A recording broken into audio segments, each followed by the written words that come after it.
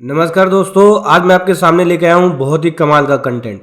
दोस्तों यहाँ पे ट्रांसपोर्टर को नोटिस इशू किया गया है क्योंकि यहाँ पे जो फॉर्म है, पार्टी जिसका इसने माल ढोया था वो फ्रॉड निकली है। उसका प्रिंसिपल प्लेस ऑफ बिजनेस जब ऑफिसर ने वेरीफाई किया तो उस प्लेस पे बिजनेस उसका चल ही नहीं रहा है और इस ट्रांसपोर्टर ने लगातार उस कंपनी का माल ढोया है।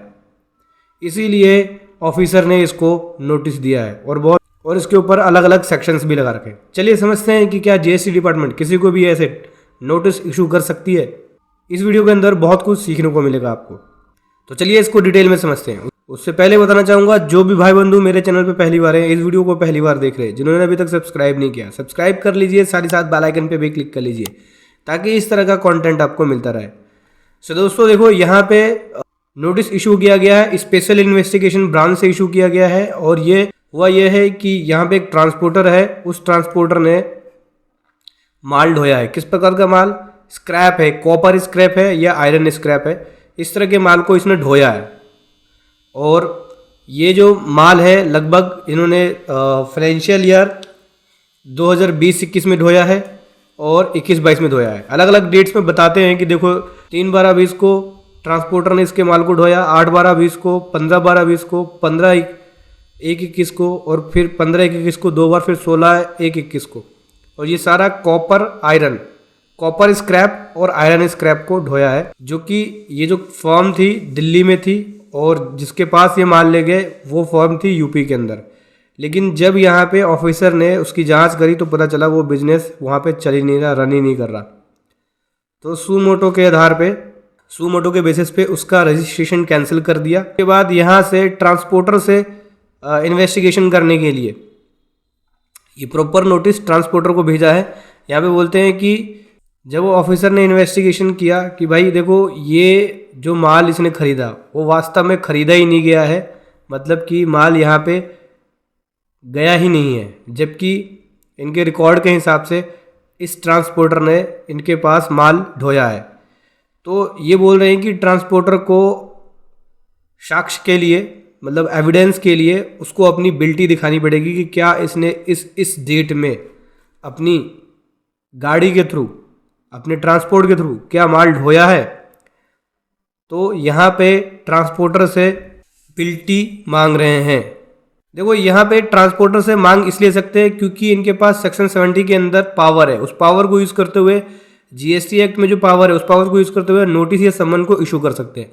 तो सबसे पहले देखो आप सेक्शन 70 को भी समझो। सेक्शन 70 क्या बोलता है? सेक्शन 70 यही बोलता है कि प्रॉपर ऑफिसर किसी भी पर्सन को, ध्यान रखना, किसी भी पर्सन को, चाहे वो ट्रांसपोर्टर हो, रजिस्टर्ड पर्सन हो या अनरजिस्टर्ड पर्सन हो, कोई भी पर्सन, किसी भी पर्सन को पावर है इनके पास कि वो समन या नोटिस इशू कर सकती है।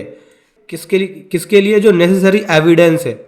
इन्वेस्टिगेशन होती है और उसके अंदर किसी पर्सन के पास कुछ नेसेसरी एविडेंस है उस ट्रांजैक्शन से रिलेटेड, तो वो एविडेंस दिखाने होंगे, वो डॉक्यूमेंट दिखाने होंगे।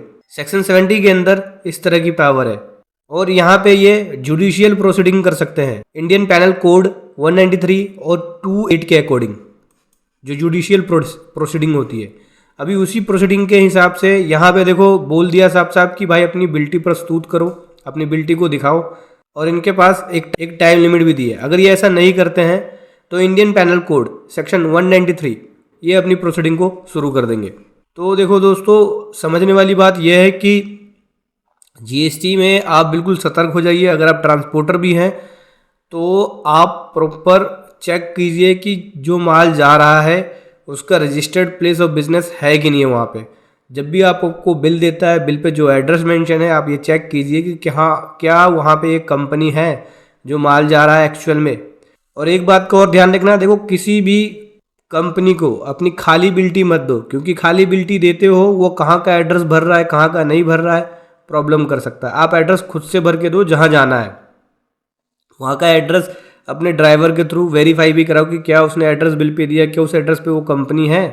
क्योंकि अगर आपने खाली बिल्टियाँ दे दी, सामने वाले बंदे ने कहीं का भी एड्रेस भर दिया, मान के चलो कई ट्रांसपोर्टर ऐसे होते हैं जो ट्रैक नहीं कर सकते कि यह बंदा फ्रॉड कर रहा है या नहीं कर रहा है। क्योंकि अगर वो खाली बिल्टियाँ दे देंगे तो क्या होगा, मान लो उन्होंने फ़ोन आया उनके पास कि भाई गाड़ी लगानी है, उसने गाड़ी लगाने के लिए दे दिया, बोलता है अपनी बिल्टी भेज दो, उसने अपनी बिल्टी भेज दी, पता चला वहाँ पे जिस एड्रेस पे उसने गाड़ी भेजी है वहाँ पे वो रजिस्टर्ड ही नहीं है, और उसने एबिलिटी के अंदर उसने अलग से एड्रेस कोई भर दिया, दूसरा एड्रेस भर दिया। तो बहुत सारी चीज़ें हैं जो आपको ध्यान में रखना है। जीएसटी के अंदर अभी सतर्क होने की ज़रूरत है, ट्रांसपोर्टर को भी सावधान होने की ज़रूरत है। जिस भी कंपनी में वो गाड़ी लगा रहे हैं उस कंपनी की बिल्टी वो खुद ही भरें। मैं तो यही कहूँगा, किसी को भी खाली बिल्टी ना दे, क्योंकि बिल्टी ही एक एविडेंस बन जाता है ट्रांसपोर्टर का। अभी यहाँ पे यही हुआ है, और इनकी बिल्टियाँ लगा दी होंगी या इनकी गाड़ी गई होगी उस एड्रेस पे, ई विल जनरेट किया होगा तो वहाँ पे गाड़ी नंबर भी भरते हैं और ट्रांसपोर्टर की आईडी नंबर तो डाला होगा इसका जीएसटी नंबर, तो उनसे उनको पता चल गया होगा कि भाई ये पर्सन जो है यहाँ जीएसटी में जो रजिस्टर्ड है इसकी गाड़ी यहाँ से वहाँ गई है। तो ऐसे केस में जीएसटी ऑफिसर के पास पावर होता है कि इस तरह के केसेस में वो नोटिस या सम्मन इशू कर सकती है। चाहे ट्रांसपोर्टर हो या कोई भी पर्सन हो, अगर इस तरह की ट्रांजैक्शन में इन्वॉल्व है तो यहाँ पे किसी भी पर्सन को वो सम्मन या नोटिस भेज सकते हैं और जुडिशियल प्रोसीडिंग कर सकते हैं।